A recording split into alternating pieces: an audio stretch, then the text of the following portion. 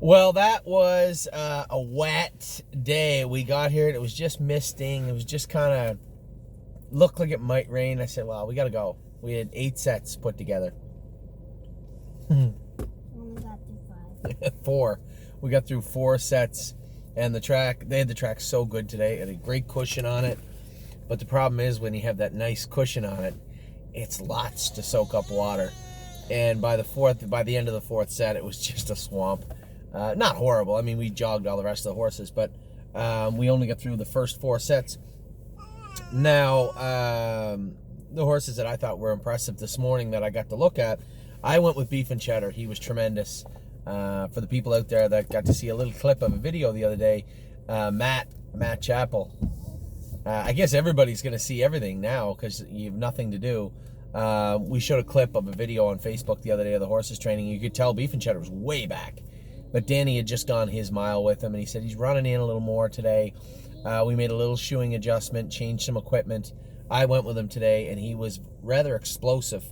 I was sitting third along the rail, and it just moved over coming out of the turn. I moved him over, and he was gone.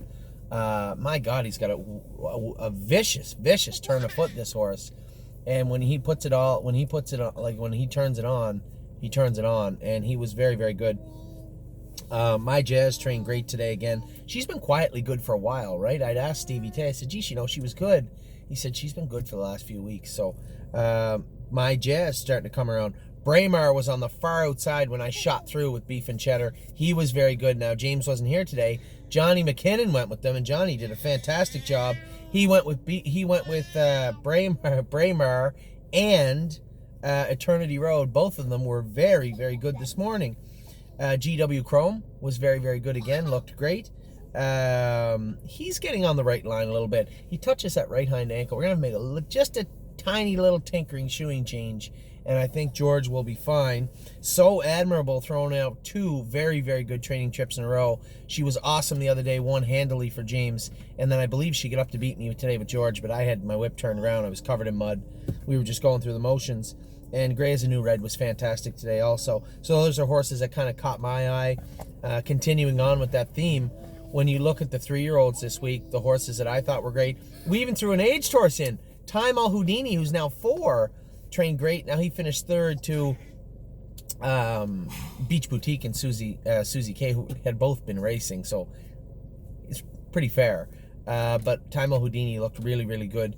Virtually the entire set with Johan, and it looked great. I was very impressed with Johan, but Harness AM, Globetrotting, Just for Me and You, Path of Totality, they were awesome. Canadian Titan, we made some few little tinkering shoeing changes today, and she trained better today, I'm told.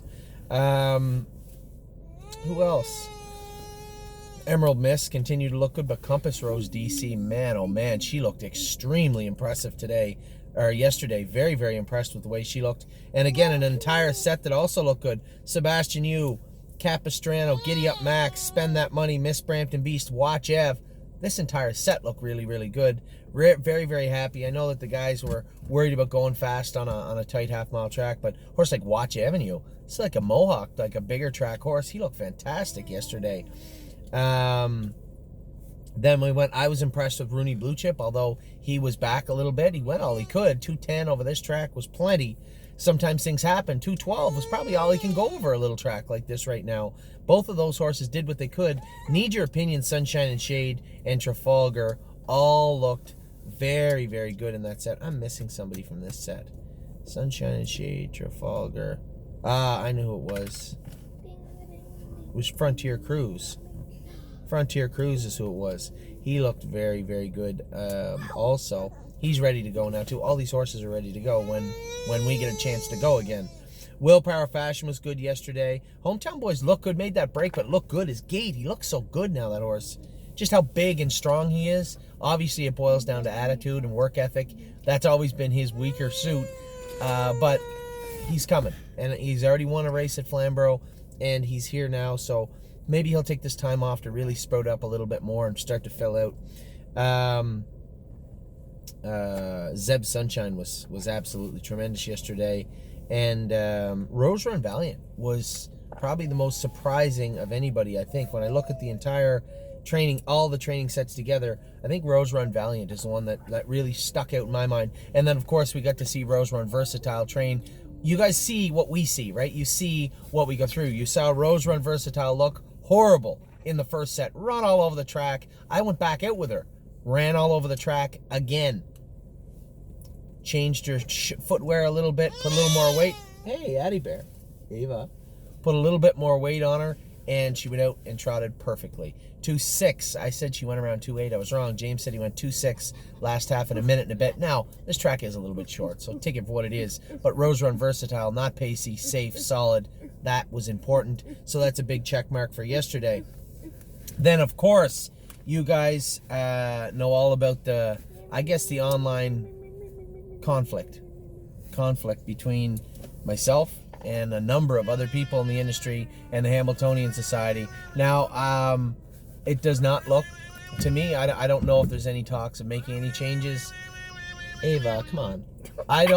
Stop. I don't think, Shushi. I don't think that there's going to be any changes made, and that's very, very unfortunate. And here's my take. Waff. I know it's a lot of money, and I think that ship has sailed.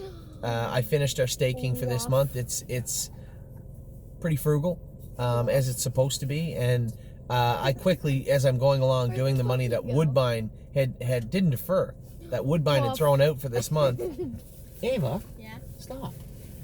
It was an extreme amount of money. So again, my heartfelt thanks and appreciation to the hard work that Woodbine Entertainment Group put together to put. This is a large marker to excuse. This is a large amount of money, and Jim Lawson and Jessica Buckley should have everybody's appreciation. And I know the Hamiltonian Society is saying, well, we can't carry that loss, we can't defer, we can't do any of this. Yeah, you can. Sure you can. You just didn't.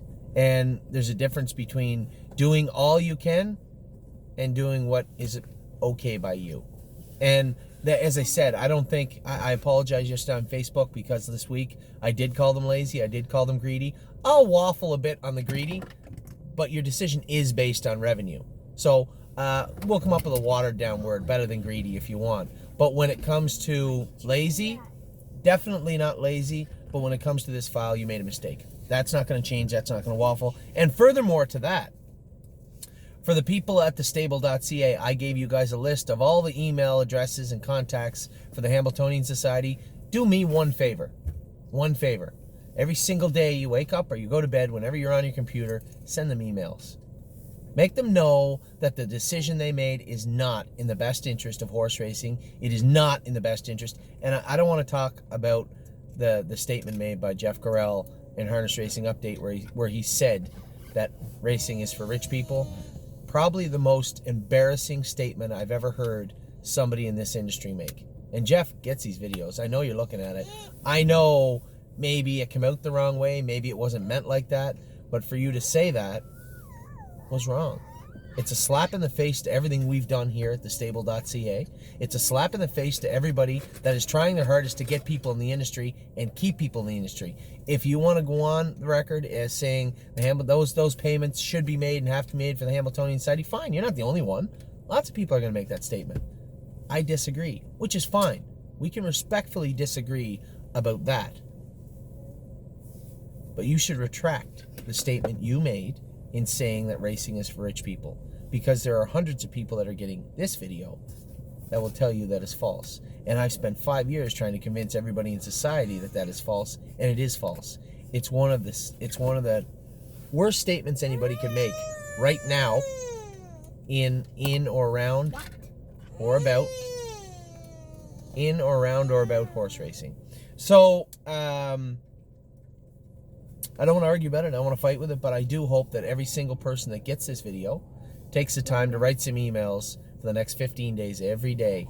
Write emails and make sure they understand what they did and how it affects everybody. Not just us, but everybody else in the industry, everybody else on planet Earth. This is a global catastrophe, and to treat it like it's business as usual is disrespectful. Simple as that. I'm doing the best I can to help everybody out. I'm doing the best I can at the stable to help. Ava, stop and help you play with your sister.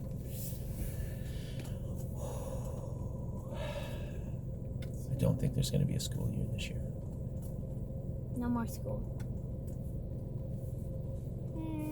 Think about that. Just for a second. Anyway, switching gears to trying to find some positivity. Girl from Oz, although she didn't win the gold tiara, she got a chance to race. Darren said she was on the left line a little bit, and she ended up 4th. 53 on a 5/8 mile track. That is lots for any horse. 4th is a respectable finish. The other filly looked like she was sick or tied up or something. I know she may not be a 53 pacer. She didn't pace in 53. So those things happen. We see that all the time, right? Is that what a horsey says? Those things happen. And as I touched on earlier, a lot of the training went really, really well this week. Not much of a top 10 list for this week. I mean, we only got through half our sets. We didn't get to train. We trained everybody pretty hard on Wednesday. Cheese and cheddar.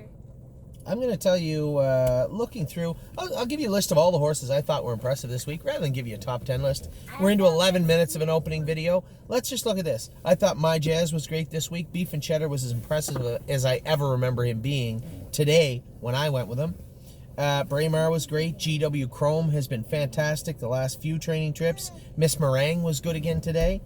So Admirable has been fantastic this week. Addie Bear, what's the matter?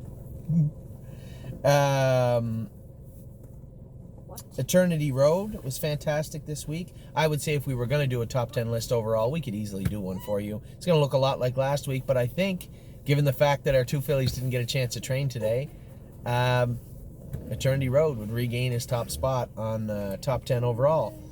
Gray as a New Red has been fantastic all week. Desperado I went with on Wednesday, and he was very, very, very, very good. Broadway Roll has been great. Danny's been going with her. She looks great. Blue Monk was fantastic. Beat everybody on Wednesday. Frilly Fringes has been great. I'm a Lovely Lady looked very, very good on Wednesday. Didn't get a chance to go today, but looked very good.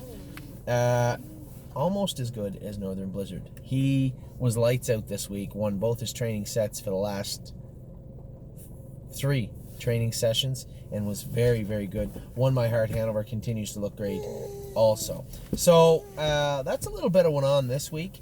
We have a lot going on. Really, for the aged horses, 3-year-olds in a holding pattern. They're coming back, trying to get ready.